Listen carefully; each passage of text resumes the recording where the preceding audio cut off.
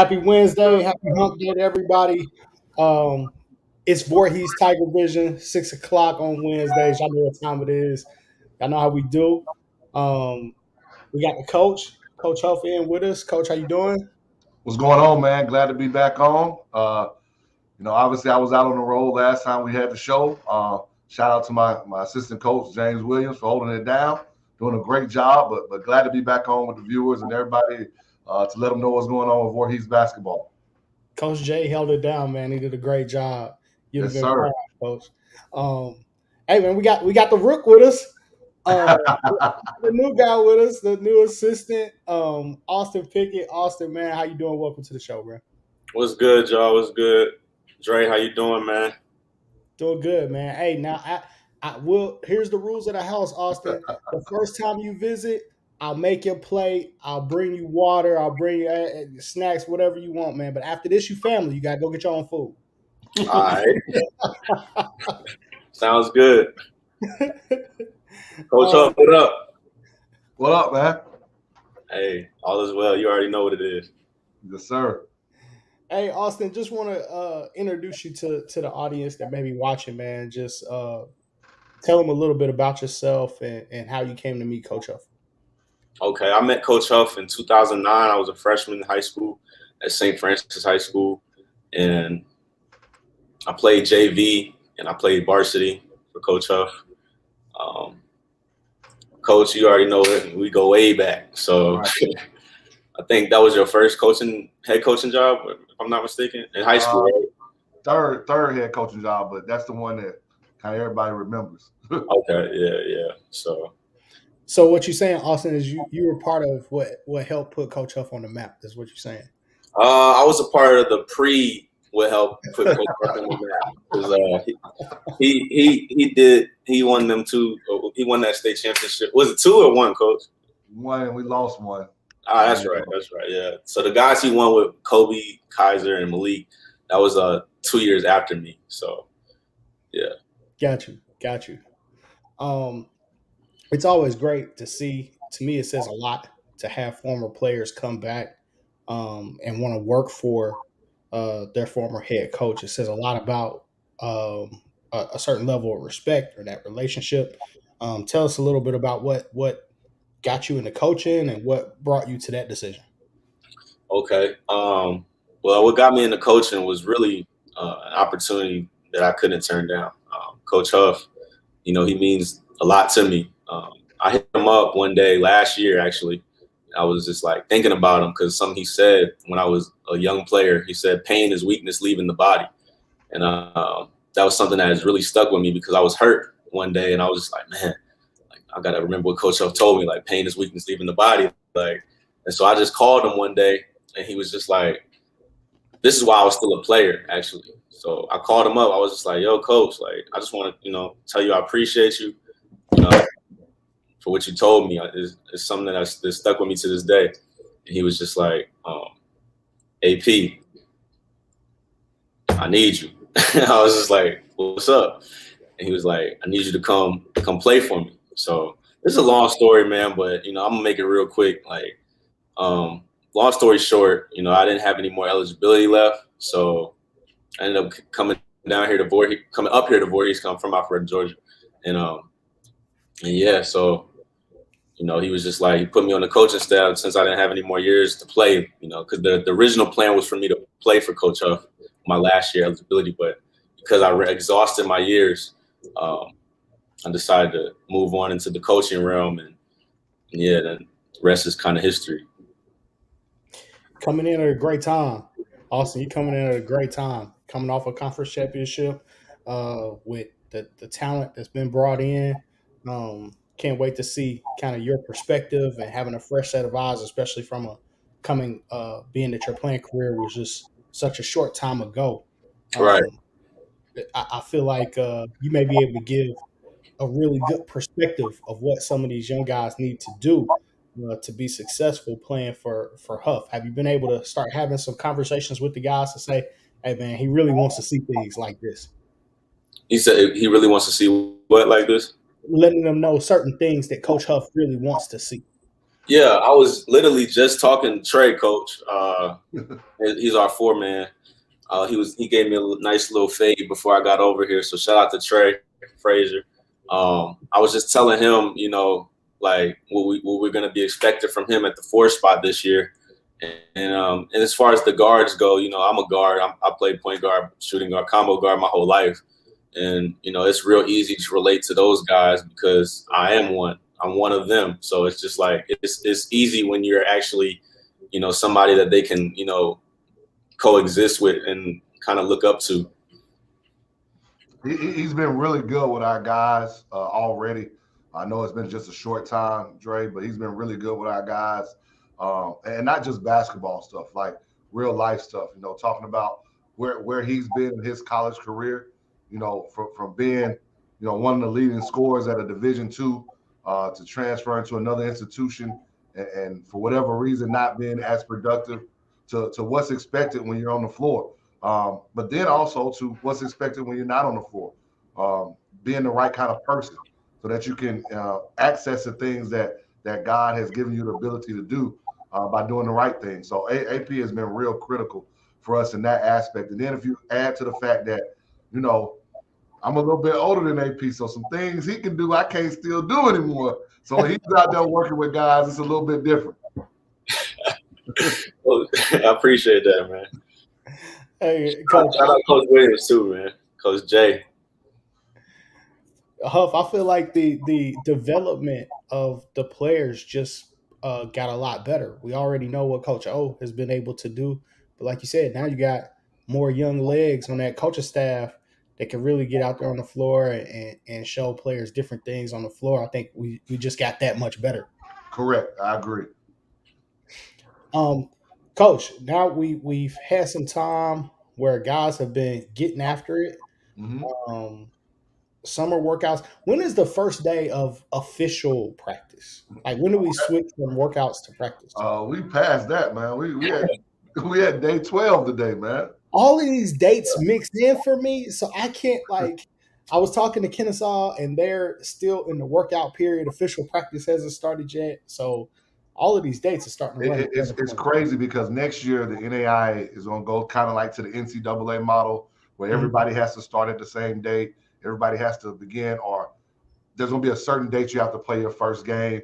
So that starts next year. But for right now, there's still a 24-week window that you have from your last game of that season.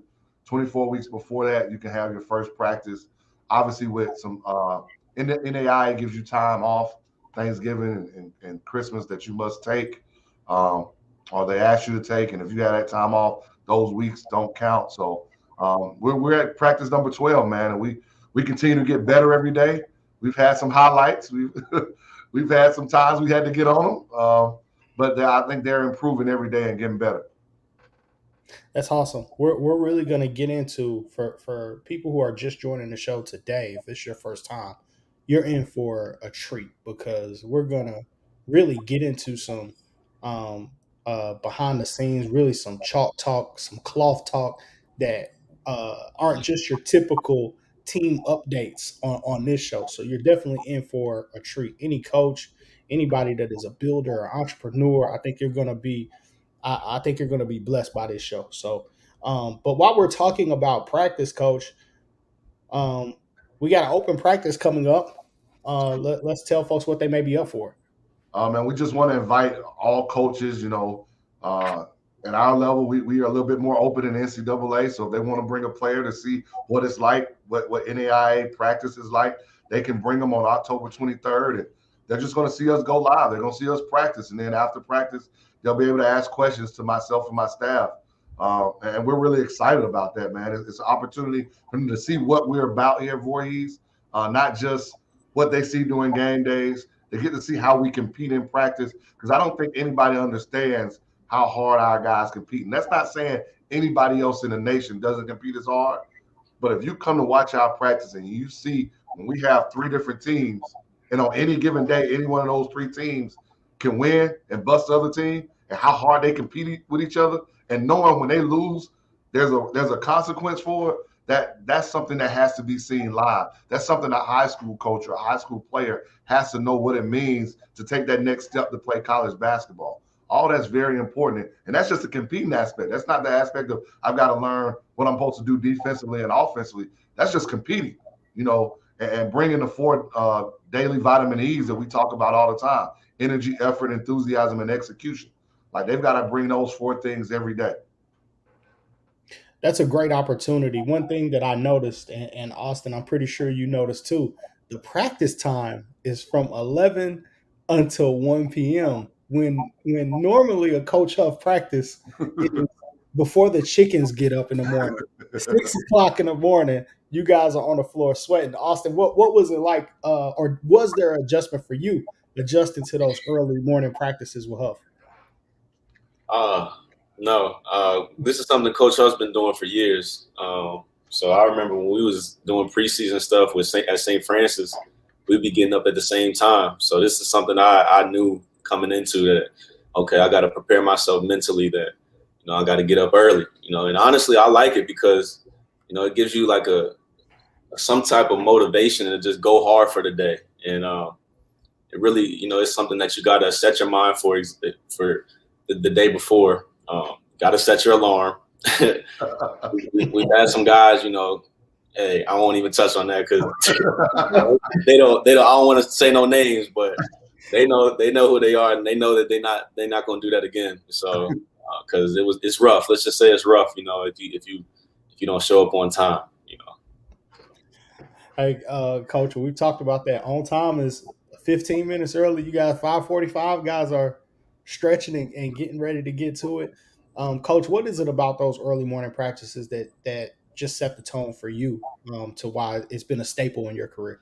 I think we try to have our program where it's bigger than just basketball. It's about life, and if you can have a mindset of doing things that maybe you don't want to do, but it's going to benefit you down the road, then I think it helps a young man not just for these 4 years that they're here, but for the next 40 in their life.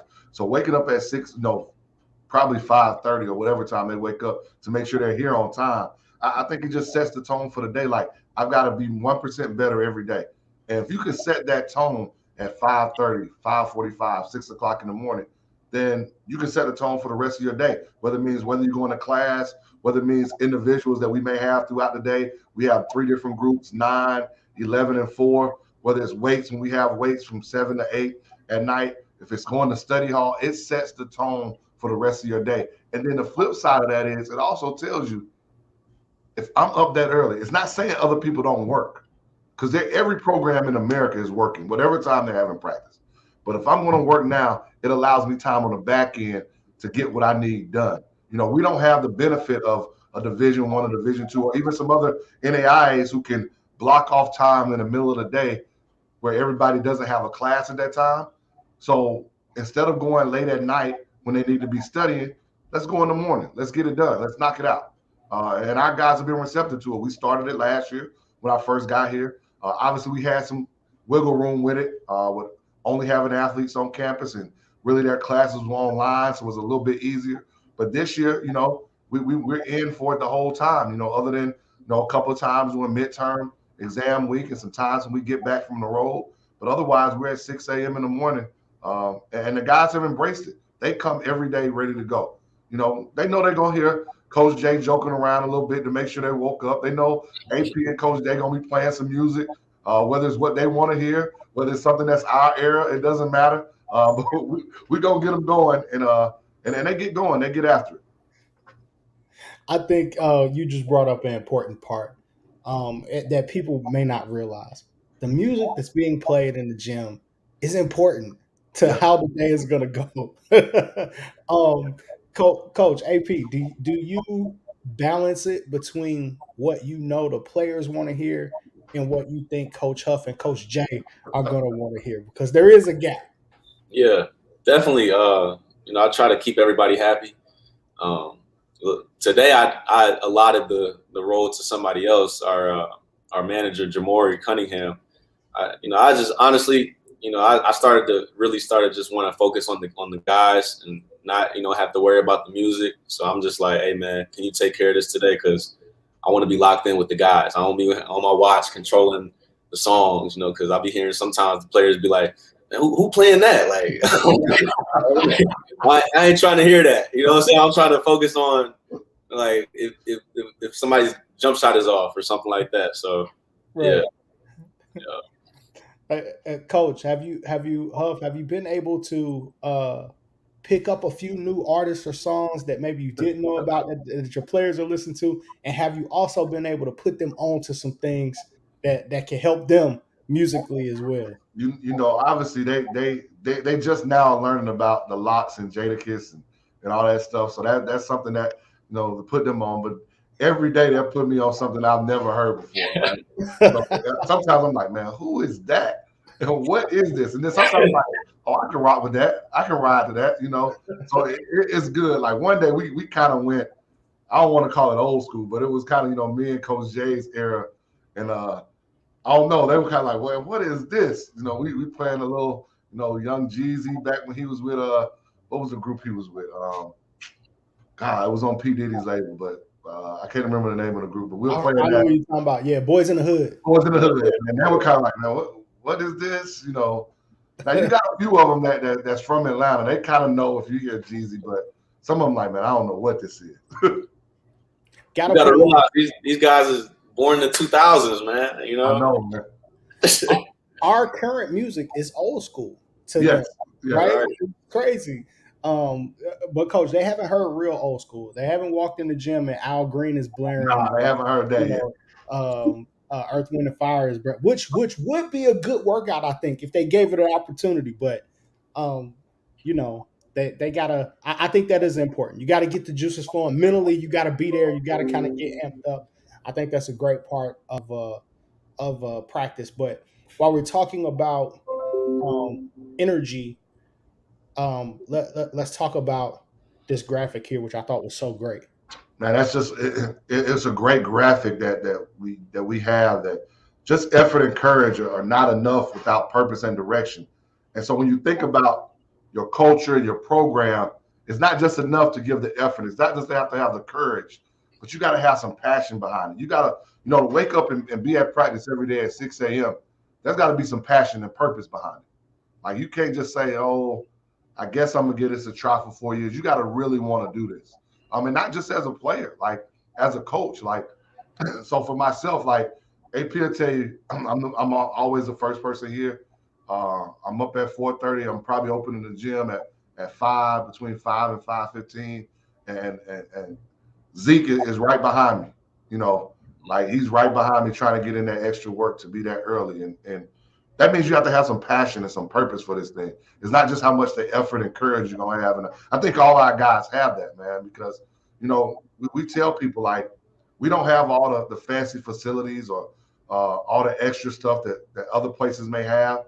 But what we do have are guys who want to work, guys who want to grind, guys who want to get better, and we can do that. We can get in our gym and do that. But it takes passion, it takes purpose, it takes vision, and I know we're going to talk about that vision a little bit later. But it takes vision, not just for myself, but for others. As AP holds up, you know, shout out to Jay Wells. You can hold it up one more time, AP. All right. Shout out to Jason Wells with the bands for our guys that say purpose. So I love it. You definitely can't be going through the motions at 5:45 in the morning. That you cannot do. And if you go through the motions, you're probably gonna get done in our practice. Like it ain't gonna be pretty for you that day.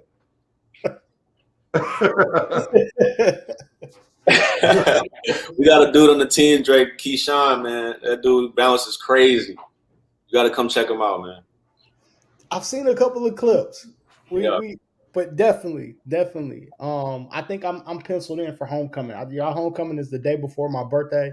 I think I'm making that trip to come in and see you guys for homecoming. Right. But we got to win by 20. That's the rule. How come we got to win by 20? Hey man, a win is a win, right? I want the score to be so outlandish, Huff, that you look down the bench and you think about putting me in. That's how bad I want it to be.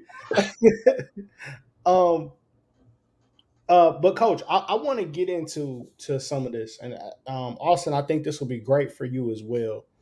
Um, Coach, as you know, you and I have talked about this a long time. When I go to basketball games, I love to sit behind the bench. It's my favorite place in the gym to be during a basketball game.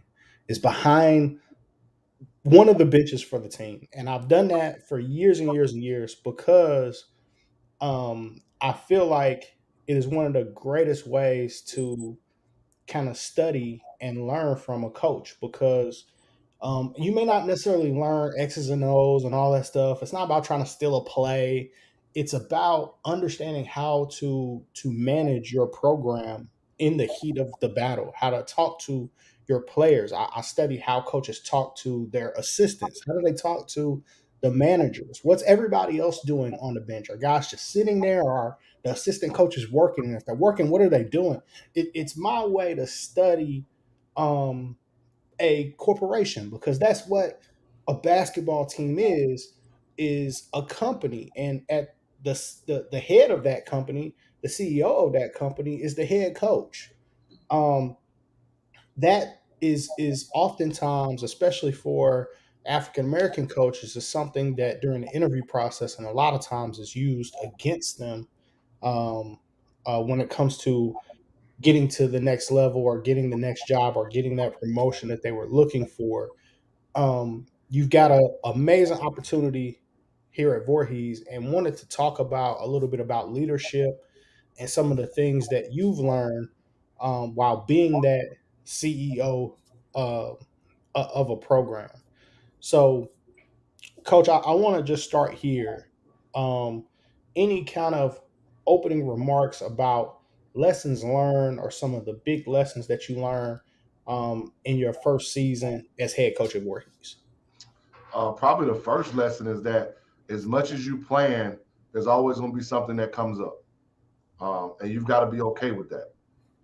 But in saying that, the more you plan, the more you put yourself in a position to be successful. And AP can tell you, like, there's probably nothing that's not planned in our program. Everything is planned out. It may not stay on script for whatever reason. Maybe something changed because the school changed something. Maybe something changed because they had to move study hall. Whatever the case may be, but it's planned out. From September to October, our guys got a calendar of every day we were going to practice, what time was weights, what time was this. They knew everything down to the T. When we have our staff meetings, we have a recruiting calendar. Who's going where? Who's going to be there? Those are the things that we do because the more you plan, the more successful that I feel that you can be. So the one of the biggest lessons learned is that your planning, your strategic planning is very important. But one of the other lessons that I think that I've learned is that you've got to be okay with failure. Mm. You've got to be okay with failure. Um, and we've got 4 pillars in our program. We've got family. No, forget about me. I love you. A lot of people have heard that. But we also talk about love and grace and being a star where your feet are planted, right? But that grace part is very important because I ask my players, I ask my staff that we must show each other grace because nobody's going to be perfect. I'm not going to call the perfect play every time. I'm not going to make the right substitution every time. Uh, we I told my team the other day I did the drill wrong and I had told them to do. I messed it up. And I told them, I said, I messed the drill up. I was getting mad at y'all, but I messed it up. So we got to have grace with one another. And the more that you understand the failures in this business or whatever business you're doing shows you some grace so that you can improve. You can learn from those failures. You know, I think those are two of the biggest lessons. Plan, strategize, and learn from your failures because there will be failures. It's not easy in this business, especially coaching college basketball. It's not easy. I want to ask a question about that statement, and I want to make sure that people understand why we're talking about this. Um, you may not be able to always have a conversation and learn from a Fortune 500 CEO, um, but basketball, the CEOs of basketball are a little more accessible. So this is a great opportunity. So if you're currently watching the show, you can join us live in our chat. You can comment, you can ask your questions, and it could be something that is said right now that helps you in your own business or that helps you build or delegate within your own family structure. So please don't miss out on this. Make sure you take advantage. Jump in the chat. You can ask your questions. We'll put them up on the screen. Um, I want to piggyback and ask, how do you handle, because you said no matter how much you plan, things are going to come up. How do you handle the unknown, the things that you don't know, the things that you didn't expect? Are you, how quickly are you able to incorporate those into your plans for the future? But how do you handle those things of, this is normal, I just didn't know that this thing existed and I need to handle this? It's a learning experience, man.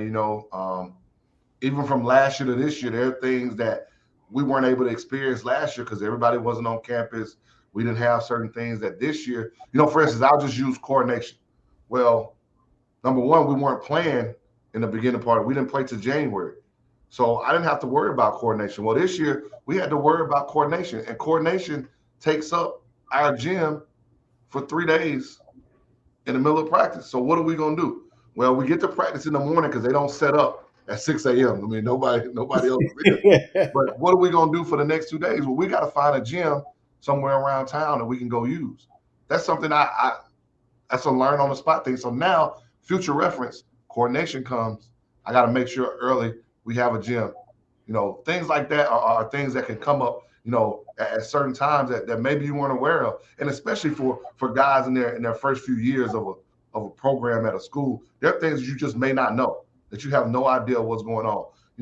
It means you got to go talk to people. That's why in those first 90 to 100 days, you've got to spend time building relationships with people on campus because they can help you maneuver around things that you have no idea about. And that's why I'm so thankful for our women's coach, Coach Edward Glover. I'm so thankful for, our athletic director, Ms. Charlene Johnson, and other people on this campus, Dean West, who's over compliance, or even our president, Dr. Ronnie Hopkins. Just little things like that can come up at any time. But how do you, and if you don't, that means you got to make relationships in your community as well.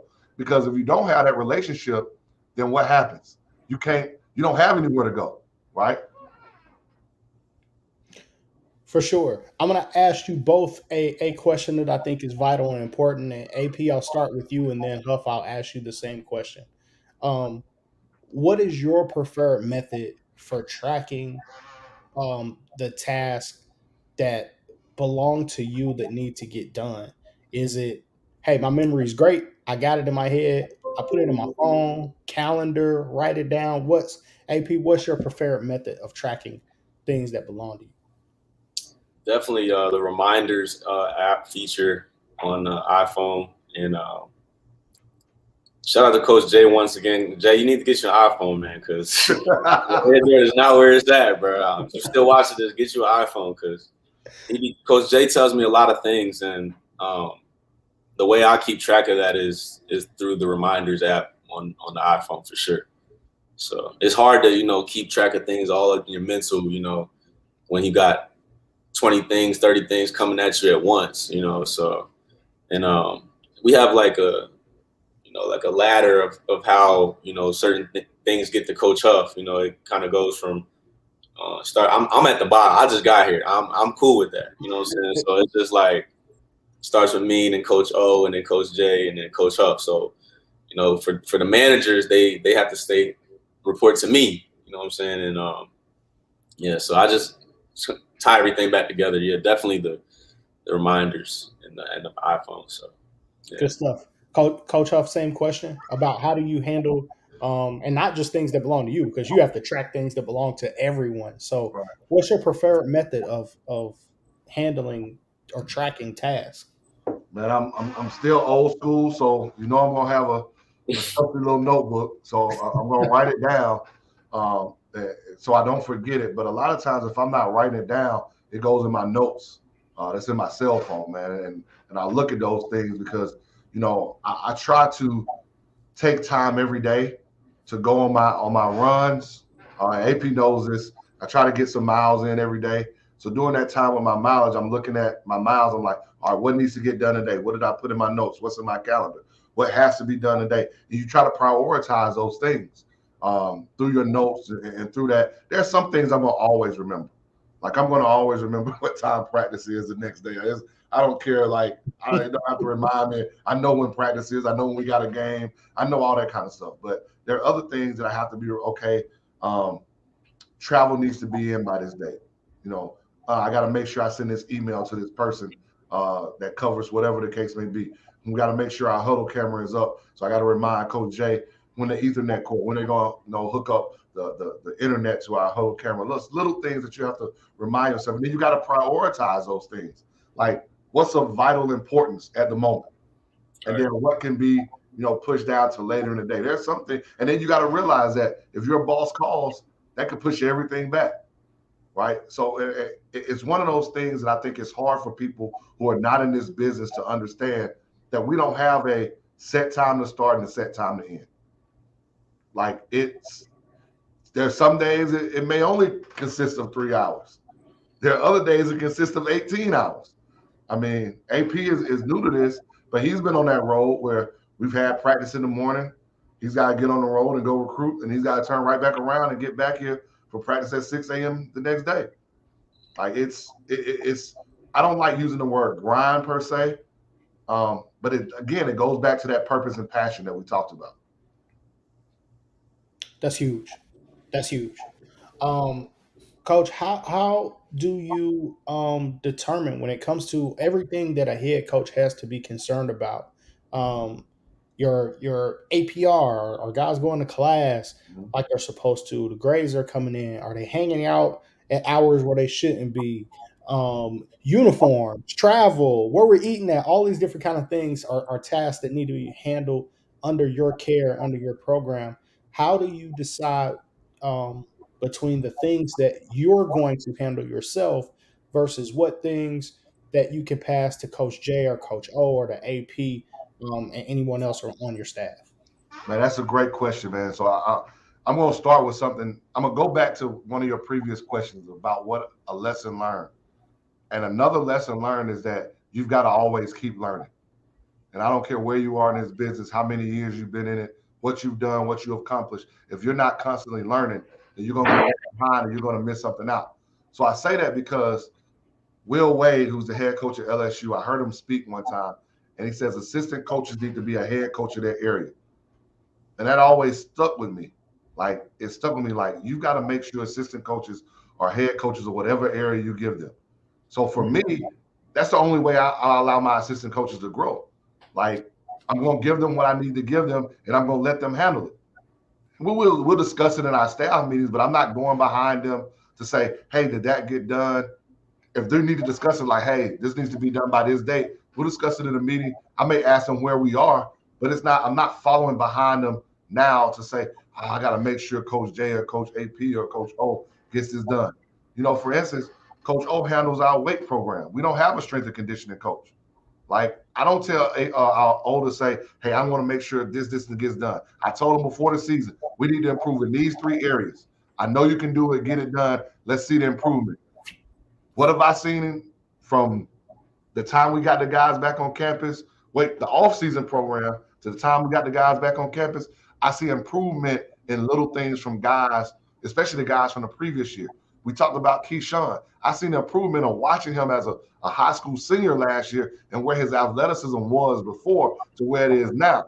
Not saying he wasn't athletic, but you can see that extra that has happened just by him from being here. You can see the changes you've talked about, Dre, in Omari Joseph. When you first saw him work out to where he is right now, total difference. So when you talk about how do you prioritize how things get done, it was a question that was asked during the Embrace Us clinic when I was on the panel with other head coaches at non-Division Ones. And I said, whatever can get me fired, then I have to handle myself. So that means whatever handles money, budget, anything like that, APR, then I have to handle myself, right? So what does that mean? That means, yes, I can have Coach Williams handle the itinerary and finding the hotel rooms. But when it comes to actually putting the numbers down and sending that information up the food chain to our financial office, I've got to handle that. I've got to sign off on that because that comes back to me. When we talk about what we're ordering, that comes back to me. No, it can be a little bit different at a Division One where they can pass that to someone else. But for me, where I have to sign off on it, then I've got to handle those things. I've got to make sure guys are graduating here. I got to make sure, I ask the guys to help with guys when we talk about eligibility, especially when we talk about NAI eligibility, what they need to get done.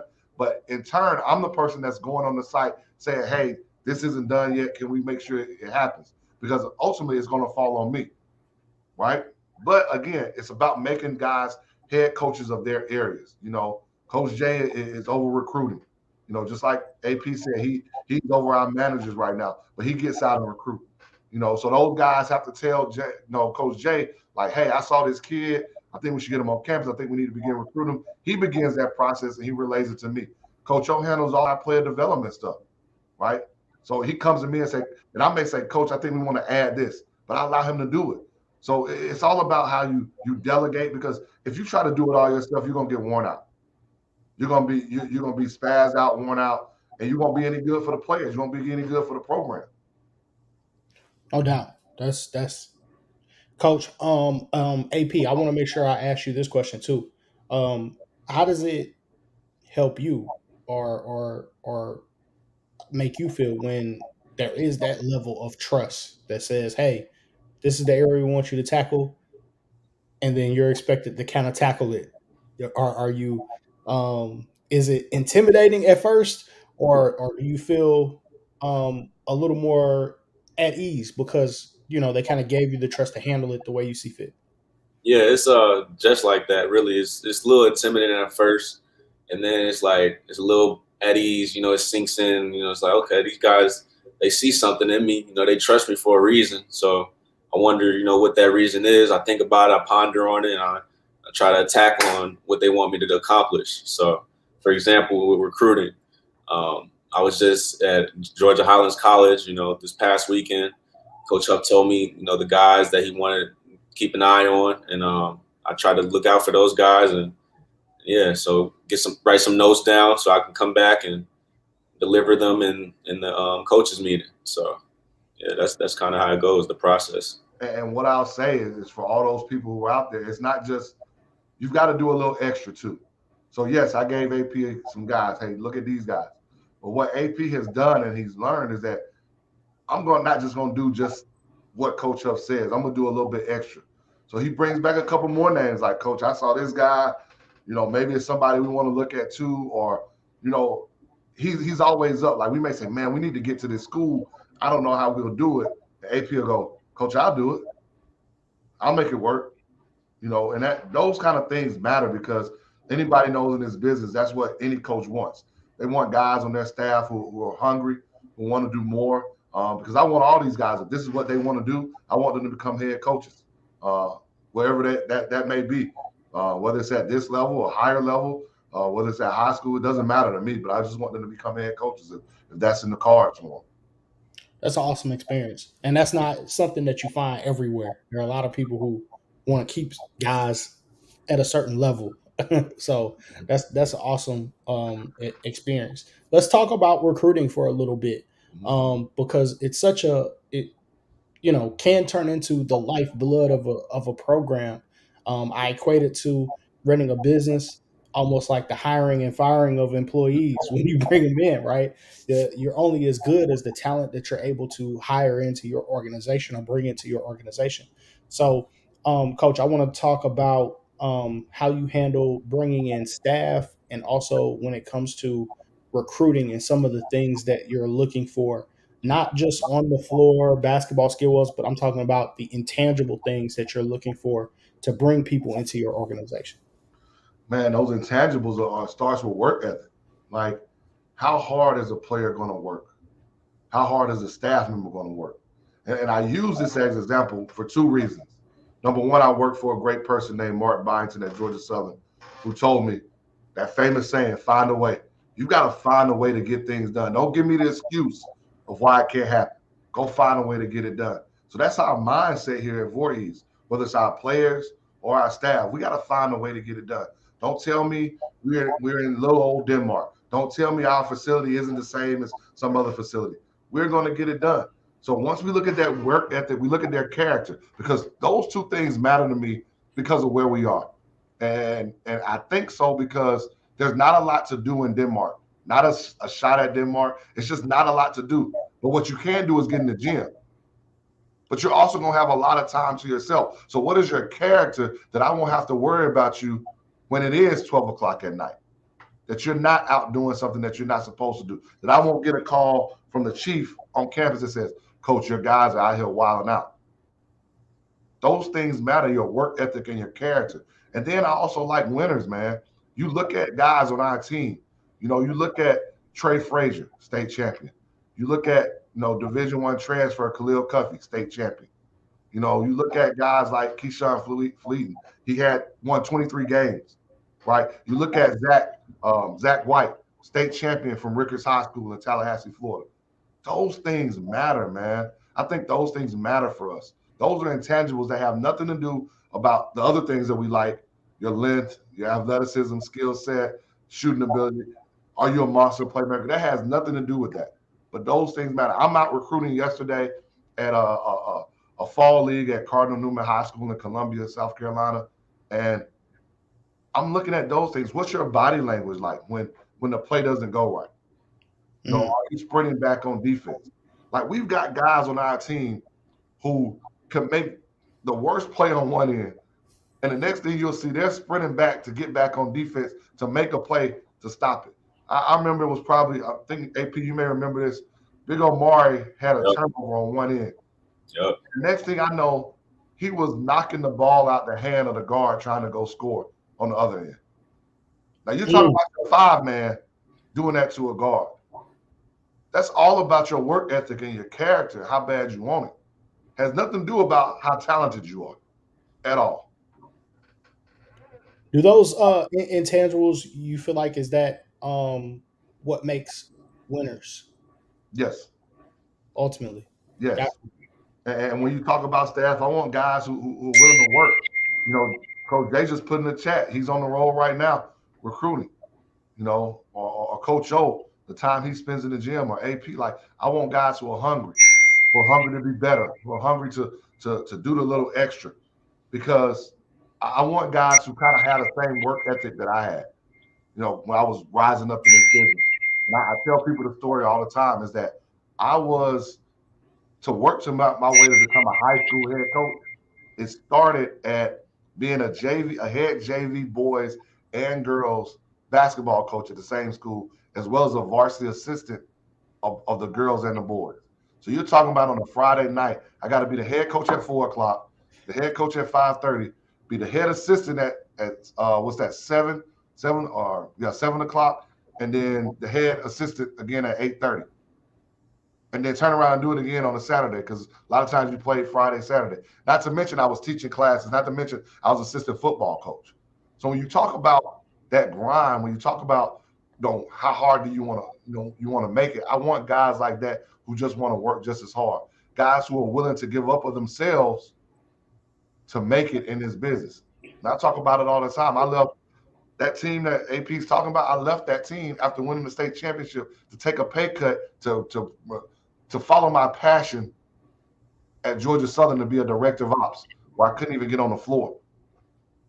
Well, you talk about Coach Jay, leaving his job at Drew Charter High School as a head coach to make his mark to come into college basketball. Or you talk about Coach O leaving St. Louis to take a chance and say, I'm finna come with Coach Huff and be an assistant. Or you talk about AP, he didn't even tell you. He made the drive without even telling me to come down here to Voorhees that day to say, I'm going to take a chance at doing what God has led me to do here at Voorhees. Those things matter, Dre. Those things matter. I hear a lot of faith too, in where you're being directed. Yeah. A lot of faith to it's one thing to feel like that something, but to me, faith is really the execution of it, and being able to take that step when it doesn't look easy, so to speak. I mean, Dre, you're speaking it right now. Just think about how many people would have left, and for our listeners who don't know, probably one of the top 10 jobs in Georgia on the high school level in terms of what you can accomplish and everything, to say, I'm going to go become you're a head coach at college, but I'm going to take over a program in the middle of COVID where you can't see your players and you got to recruit players, and they can't get on campus to January. Mm. And you're following a great coach in Derek Mitchell who had won. Yep. A lot of people said, "No, that's not for me. That ain't what I want to do." Not to mention, everybody wants to be D1. Nobody talks about, "Oh, I want to be an NAIA head coach." I mean, we're keeping it real. So, 100%. like, 100%. it's all about what we're talking about right now. 100%. Here's something that you don't know what's going to happen, but just know that God's leading you. Yeah, I think that is an important note too. And we won't get into details, but you had a great job. You left a great job to continue to follow um, God's plan for you. And hey, it's easy to look at where you are right now, Right. right, and how things are going with the program, and say, "Oh, of course, it was going to work out. Of course, it was." But I was there with you, and remember, we're on the same show, kind of talking through Mm-hmm. the steps that you were taking without an assistant, right? Coach Right. J was not there yet. Coach O was not there with you yet. Right. AP, of course, was not there yet. Your players were not there yet, but you were already laying a foundation and a ground. The groundwork was already kind of being laid for everything that we see today. And when you talk about that failure, man, I remember in this very office, like, there were days that November, December, like, God, you sure? Because it could have been overwhelming, man. Like, Yeah. I hadn't been a head coach at a collegiate level. I've been an assistant, but I hadn't been a head coach at a collegiate level. Mhm. No one had been through what COVID was going through, right? New territory. And all this is just, I got to find players. I got to make sure they're the right guys. I got to be ready to make sure they're on campus with every I dotted, T crossed, so they can begin practice on January 5th, the first day they get here. And we've got to be ready to play January 12th. My first collegiate head coaching college game ever. Like, it could have been, it was, I'm not even gonna lie, it was overwhelming at times where you just had to sit and take a moment. And really, it was just saying thank you for the opportunity, God. Like, the opportunity to be overwhelmed. Right. And again, it goes back to those great people. I remember the conversations, calling Coach Glover on the phone. What do I need to do about this? Or Miss Johnson, our AD, helping us out. Those things matter, man. And again, not having any assistants at that time. You're still trying to hire a staff, put together a staff, and it was a little bit overwhelming. But to God be the glory. Here we are, and there's still things we continue to move up the staircase. Yeah. We continue to get better every day. One thing you just said that I think is vastly important, and AP, I'll share this with you too, as you kind of jump into coaching. I'll say it just from a business point of view. I'll look at where I am with love of the game, and it was something that God had just spoke to me, and I had told another friend. I said I could continue to complain about how much I have on my plate, or I can enjoy it. Mhm. Love of the game is something that I get the opportunity to do, right? I don't have to. I get to, right? So I Right. can either complain about it or I can start to enjoy it.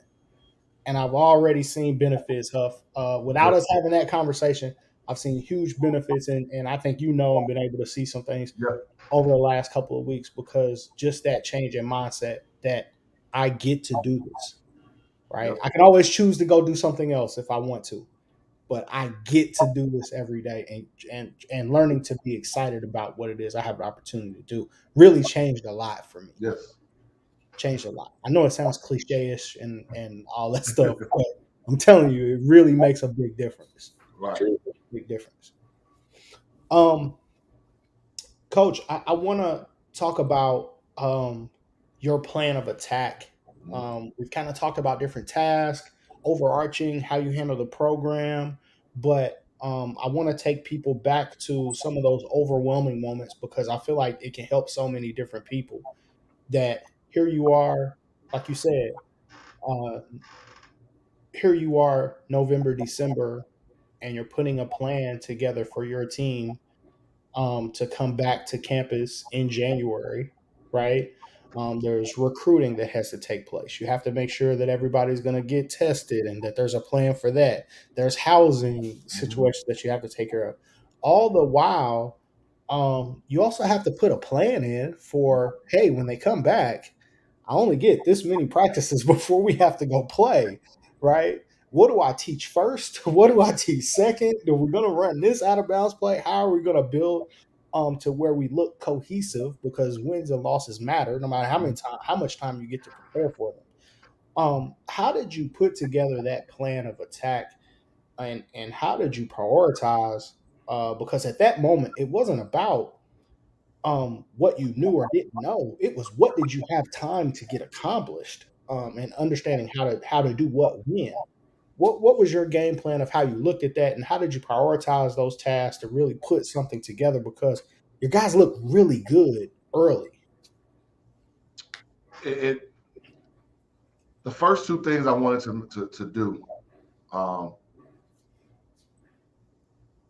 build relationships with my guys. Mm. And so that meant for me, they weren't on campus. That meant every week, multiple times a week sometimes. And every week we may be adding a new person, was getting on a Zoom during that time and just learning each other, man. We didn't talk one thing basketball. It was just getting them to know me knowing them. We're talking life.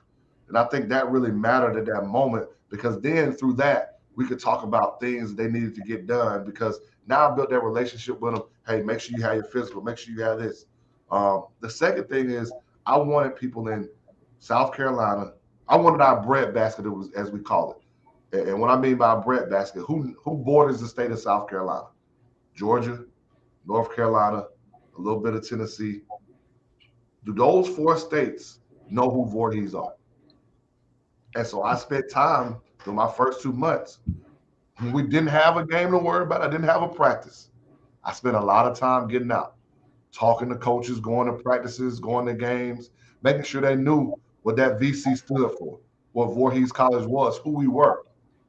But I'm going to take it a little bit further. You talk about how did you plan and strategize for all this stuff? How did I know how I was going to practice, what I was going to run? The minute I knew I was getting called down for an interview, I began planning. Mm. Okay, this is how many days, because at that point, when you know you're coming on campus for an interview, it means you're in the final. You can't wait until after they hire you. They say, oh, you're the guy. Because now that could be 3 weeks later, maybe a month. That's too late then. Well, I knew when we were going to start practice because I had asked those questions. Oh, well, I'm going to start practice here. We're going to have 2-a-days. This is what I'm going to run. This is what I'm going to do. I had begun looking at film on the team from last year, watching them, knowing what guys could do, what they couldn't do, what we need to get better at. What positions do I need to go find right now to fill the roster for this year? So you had to do all those kind of things before you got a job. Like, people don't understand that. When you see a Division I coach getting a job, I guarantee you he's already contacted somebody about being his assistant, if not more than one person. He's already made a plan about what his first 100 days are going to be, he or she. They've already done the legwork to do those kind of things, to plan and strategize, to make things a little bit easier. And then the last thing I did once I finally was here in November and December was meet anybody and everybody I could. Going to the dry cleaners. Well, I didn't have to have much stuff dry cleaned in because we weren't playing the game. But meeting those guys at the dry cleaners, meeting the people at the different food spots, Southern Soul, people at Southern Soul know my exact meal down to the T. Yeah. Right? What's up? It's little things like that you have to do, man. But you can't wait till the time hits you to plan and organize. So I take it further. I always had in my mind that this was going to be something that I was going to accomplish one day, to be a collegiate head coach. So now it means you got to start talking to people who are already in this profession. What do you do when this happens? What happens here? Are you picking their brain? So I was able to work for two good people, working for Montez Robinson at Alcorn. So working at another HBCU where he was a head coach, a first-time head coach getting his job, to pick his brain on stuff. Or working for Coach Mark Byington at Georgia Southern, asking him what happened. Or asking other people, Penny Collins, the head coach at Tennessee State, shout out to him. He had been in NAIA before, or Alex Ireland, who had been in NAIA. So I knew the rules of the game of NAIA without having to get here and having Dean West tell me, well, this is what you can and cannot do. I already know Dean West. They have to have this. I want them to transfer. They got to have this. They're coming in as freshmen. They got to have this many hours of grad. All that kind of stuff I already knew because I had sat down with people and talked to them and say, I need help. And too many times as coaches, whether we're high school, middle school, AAU, college, we don't want to ask for help. We think it's beneath us to ask for help. And it's not. It's only making us better. And I think all those factors played into how I was able to plan and strategize and get through those overwhelming moments. Because even to this day, if I got a question I don't know, I know Coach Allen is my guy. Whether we playing each other or not, I can say, Coach, tell me about this rule one more time to make sure I got it right. Those things matter. You got to have people like that that's in your corner. Wow. Coach, what that tells me is that no man stands alone. No man stands alone at all. Wow. That's why it's not my program, it's our program. Yeah. That's why I don't say my recruits, it's our recruits. Regardless of who was the person that was, the lead on. I think the more we understand that, the better our programs will be. If that didn't help anybody else, it certainly helped me. I know I got to get better at networking and being available and putting myself out there. So if that didn't help anybody else, listening to it, there was a lot of nuggets, a lot of gems getting dropped And, right and I'm going to drop one more. So when I did know I got the job, right? Mhm. And now I'm planning, I reached out to certain people and said, tell me the good, bad, or ugly. Tell me three successes, three failures you had as a first-year head coach. Shout out to Coach Amir Rahim at Kennesaw. He was one of the people I reached out to, having a connection with him. Reaching out to as we call him, I know you hate this, E. Sully, but Everett Sullivan at Lenore Ryan, reaching out to him and asking him. I'm going to reaching out to Rob Lanier at Georgia State. You got to do those things because that you can learn from a failure of somebody else or success from somebody else that can help you down the road. Reaching out to Coach Easley at Life University. And I'll leave with this one and I'll let you ask the next question. I remember Coach Easley saying, never compromise your culture and your program for a player just because you think he's good. Wow. Wow. Got to be careful who you work with. Got to be careful who you work with. Coach, hey, you giving a lot. I feel like I need to be in my notebook. At AP, inside joke of ours, we have been trying to get Coach Huff to retire this notebook for years, right? I want to know if he still keeps the old ones, but we used to be in the gym watching games all the time, and Huff would be scribbling in that notebook. We just kicking it. We just hanging out. He's in the notebook, drawing up plays, all of that stuff. Man, hey man, this how they run that out of bounds play. This right here. We've been trying to get him. We said, Coach, you got an iPhone, man. You don't need that notebook. You get an iPad or something, man. Make it electronic. He hasn't got rid of the notebook. If you see the old one, the little black one, if you see that one, let me know. All right. Got you, Jay. But Coach, it's been great. AP has been amazing. Appreciate having you guys on. I think we got a lot out of it today. I know I certainly did. I hope everybody else did. Leaders, um, this is something leaders of any kind, whether it's faith based leaders in the church, whether it is leaders, entrepreneurs out here running business, um, coaches are CEOs, head coaches are CEOs, and we can learn a lot about how to run an organization from coaches. I always tell people to go to attend coaches clinics, go to those clinics, network. Coaches are great people; they're fun to be around, um, um, and they tell great stories, by the way, too. But you can learn a lot because regardless of the coach, they have employees. They have people also who they have to report to at that school. So they deal with a lot of people and they deal with a lot of different situations, like you mentioned, travel. How am I going to feed my team? Scheduling, budgeting. They deal with a lot of different things that can help any of us as entrepreneurs get better every day. So, great conversation, Coach. We definitely appreciate the time for sure. Last thing before we go, I couldn't let AP get out of here. AP, what's been your best part of practice, man? What's been your best part of practices so far? Yes. I don't want to answer too quickly, man. I just say not getting dunked on. Because I got to shout out Keyshawn one more time, man. That dude's bounce is crazy, man. He tried to put me in the rim, so that was but just coming every day, every morning, and seeing the guys go hard, man. It makes me it really sets the tone for my day. You know, it gets me going. And although I can't play, it's like I'm playing through them. You know, you know what I'm saying. So, Coach, I have to say that right there.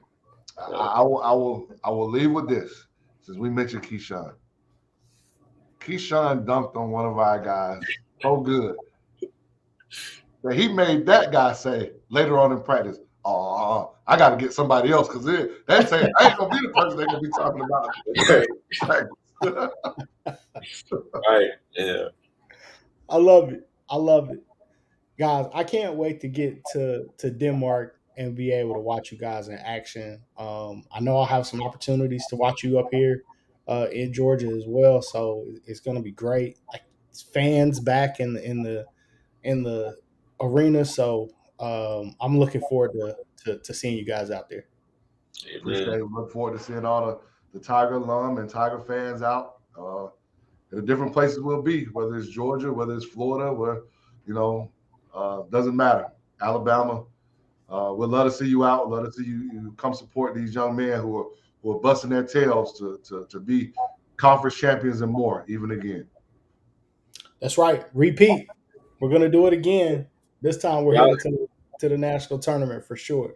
Um, that's our show. Love you guys. Appreciate you for tuning in. Appreciate you for watching Voorhees Tiger Vision tonight. Remember, in about 15 minutes or so, we still have the inside look at women's basketball at Kennesaw State, followed by the inside look at men's basketball at Kennesaw State. We have both head coaches. Women's basketball head coach Octavia Blue.